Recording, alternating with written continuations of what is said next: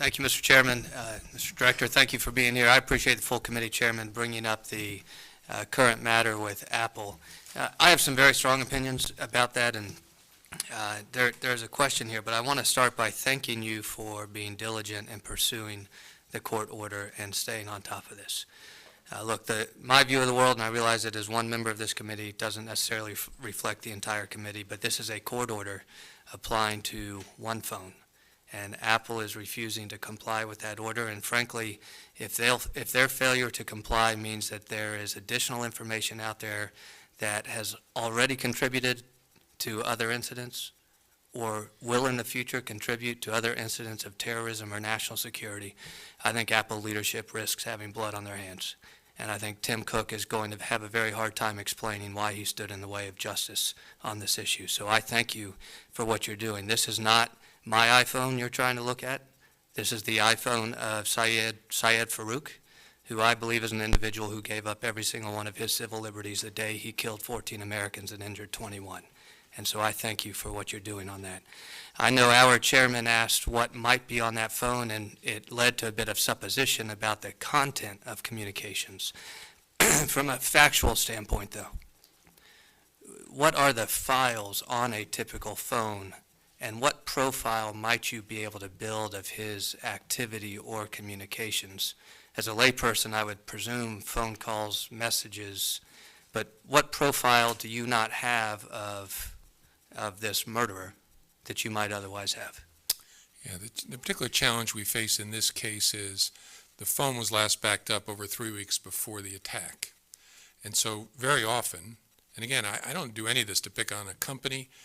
I actually find the company's been helpful in a whole lot of ways. They just got to a point where they said, we will not assist you further, and for reasons that I don't doubt they hold honestly. But if the stuff is backed up to the iCloud, Apple cooperates with court orders, and we get backed up photos or backed up all kinds of records about people we can get lawfully with a judge's authorization.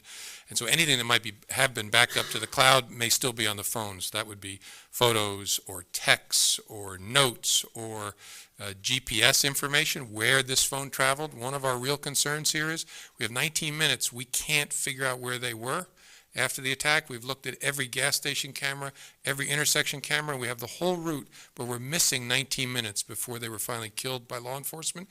The answer to that may be on the device. And because a phone would typically, you would have some type of GPS or tower signals that you would know approximately where they were. Sure, they may have all kinds of locator services turned on in connection with the phone. All of us, these phones are wonderful, right? I love them. Sure. And our entire lives, in a way, are on the phone. And that is why people ask good questions about privacy, but it's also why I want people to take a step back and say, so if we got to a world where those places were warrant-proof, what does the world look like where it's warrant-proof in a certain space in American life?